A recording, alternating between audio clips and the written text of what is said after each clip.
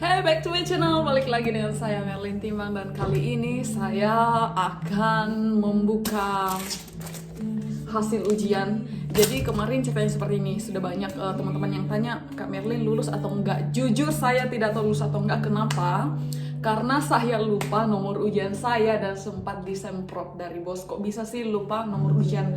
Karena sebenarnya pengumuman dari tanggal 26 bulan 3 kemarin. Jadi itu ada pengumuman secara online.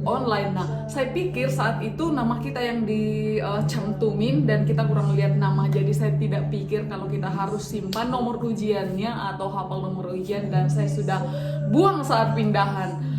Oleh karena itu, sampai sebelum surat ini datang, saya tidak tahu saya lulus atau tidak. Bos saya sudah sempat khawatir lulus atau tidak, jadi saya menunggu surat ini. Dan saya sudah janji kepada teman-teman, jadi saya akan buka surat ini bersama kalian. Untuk yang sudah tanya-tanya, thanks ya untuk sudah peduli. Well, kita lihat apakah saya lulus atau tidak.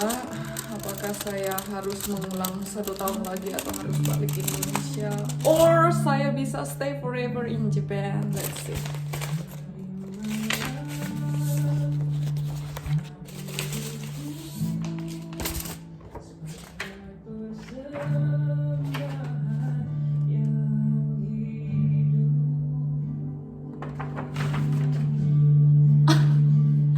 Lulus!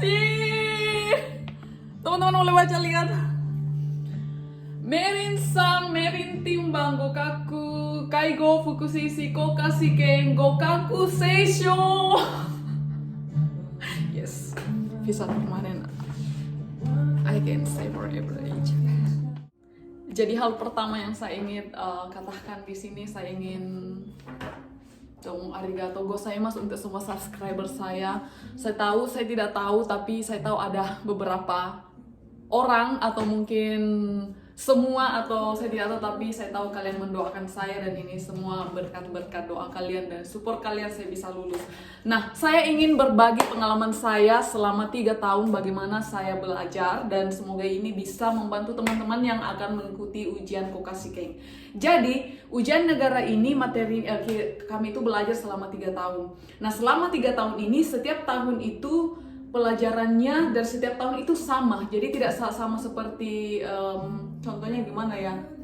Kalau kita di SMP atau SMA tahun kelas 1 kan pelajarannya ini, nanti kelas 2 materinya beda lagi kan, step lagi kan lebih susah. Pas kita kelas 3 lebih susah lagi. Tidak. Kalau Kokashiken ini selama 3 tahun, setiap tahun itu materi yang dipelajari sama. Jadi setiap tahun pelajaran yang kita pelajari itu sama. Jadi itu didalami, diulang lagi. Jadi artinya apa? Kemungkinan besar untuk lulus itu besar, tapi kuncinya adalah konsisten. Jadi kuncinya adalah tekun, konsisten. Jadi saya mau kasih kesaksian, bukan kesaksian sih, saya teman-teman yang merasa saya kurang pintar atau daya kemampuan saya itu kurang. Kak Merlin sih bisa lulus karena Kak Merlin pintar, is wrong at all. So banyak teman-teman yang dari kita belajar dari pelatihan Jakarta itu kelas-kelas atas boleh dibilang, mereka itu sudah masuk, sudah jago ngomong. Pas kita pelatihan lagi 6 bulan di Jepang itu, mereka itu sudah bisa, sudah lancar, dan boleh bilang mereka itu level atas. Tapi banyak juga yang tidak lulus. Tapi banyak teman-teman yang yang ngomongnya itu au kayak saya awalnya, yang tidak tahu sama sekali bahasa Jepang, tapi puji Tuhan saya bisa lulus. Jadi kuncinya adalah konsisten. Nah, kalau teman-teman belajar biar cuma 5 menit, 10 menit setiap hari, tetapi teman-teman konsisten tekun, jadi tahu serinya, itu pasti lulus. Karena saya sudah banyak banget lihat kemarin teman-teman saya, entah dari Filipina, entah dari Indonesia, yang boleh dibawa mereka itu ngomong saja susah tapi mereka bisa lulus. Tapi heran, ada yang sudah kayak master ngomong kayak orang Jepang tetapi nggak lulus. Jadi semua sih kehendak Tuhan, tapi menurut saya konsisten, tekun dan kerja keras itu tidak mengurangi, tidak membohongi hasil ya.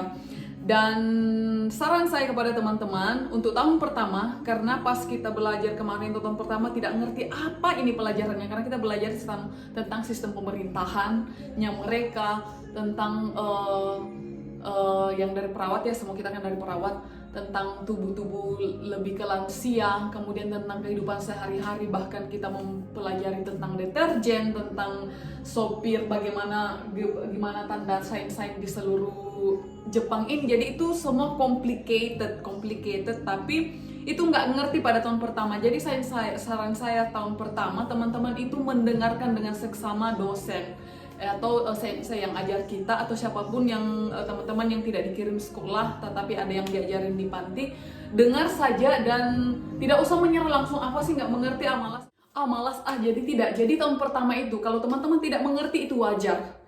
Kalau teman tidak mengerti apa sih senseinya ngomong ini, itu wajar. Jadi jangan langsung menyerah, langsung down ya. Saya tahu saat kita nanti belajar itu kita bekerja dan kita juga capek, mana kita harus menyisihkan waktu untuk belajar, jadi itu tidak mudah. Tapi untuk tahun pertama kalau teman-teman tidak mengerti apa sih yang diajarin ini, sama sekali blank, itu juga saya dulu, tapi tetap mendengar, tangkap saja. Nah tahun kedua, tips saya tahun kedua, teman-teman sudah mulai dengan secara intensif baca buku. Nanti teman-teman pas baca buku, nanti akan teman-teman ini ya yang dijelaskan, ternyata ini, pas dibaca-baca lagi, oh ternyata gini. Jadi apa yang dijelaskan dari tahun pertama yang teman-teman sudah biasa dengar, itu akan secara otomatis connect kalau teman-teman sudah mulai baca buku pada tahun kedua. Pokoknya tahun kedua ini fokus untuk baca buku, habisin bukunya. Jadi ulang-ulang, kalau sudah kelar ulang-ulang, pokoknya baca buku. Nah tahun ketiga ini tinggalkan buku dan tinggalkan sistem menghafal. Teman-teman hanya perlu mengerjakan soal. Itu soal-soal kakomonde atau soal-soal yang lampau, entah itu dari 5 tahun yang lalu, 3 tahun yang lalu. Tapi saya sarankan teman-teman mempelajarinya itu dari tahun yang terdekat. Nah teman-teman yang akan next, berarti teman-teman akan pelajari soal yang saya ujian kemarin sampai 5 tahun ke belakang. Itu kerjakan, itu banyak versi, maksudnya banyak cetakannya. Teman-teman kurang beli atau ambil bukunya dari senpai atau senior, ataupun secara online juga, jadi pas duduk di bus atau lagi makan atau bagaimana ya, daripada buka-buka sosial media, main aja, baca aja soalnya. Nah 1 tahun terakhir ini mengerjakan soal, kita otomatis akan terbiasa dengan soal ini, jadi pas nanti kita ujian, saya jamin soal-soal yang keluar itu sudah familiar dengan kita. Karena kenapa? Soal yang keluar setiap tahun itu hampir sama 70% dengan soal yang ada di tahun-tahun sebelumnya, walaupun keluar dengan versi yang berbeda tetapi itu sama. Nah jadi 3 tips saya untuk teman-teman yang lagi mengejar Kokashiken ini tahun pertama itu, kalau nggak mengerti jangan mengeluh, jangan menyerah, memang seperti itu, normal ya kalau tidak mengerti. Tahun kedua itu mulai baca buku. 1 tahun itu baca buku terus supaya bisa connect dengan apa yang didengarkan tahun pertama. Nah, tahun ketiga ini tinggalkan buku, tinggalkan sistem menghafal, dan cuma kerjakan soal. Saya jamin dengan teman-teman yang konsisten dengan sistem ini, pasti lulus. Dengan bantuan Tuhan pasti lulus ya, berdoa. Dan menurut saya kalau teman-teman sudah kerja keras, berusaha, itu Tuhan tidak mungkin tidak kasih lulus ya. Seperti yang saya bilang tadi,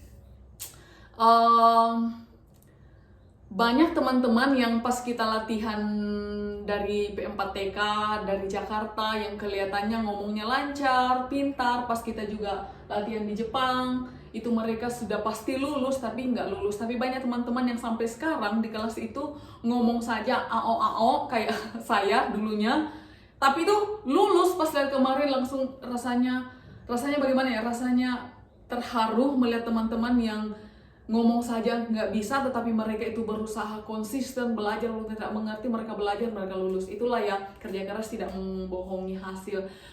Jadi terima kasih teman-teman yang sudah mendoakan, yang sudah support saya boleh lulus dan saya bisa mendapatkan visa permanen untuk next selanjutnya. Dan itu saran saya, semoga bisa membantu. Thank you, jangan lupa like, subscribe, komen, dan share. God bless.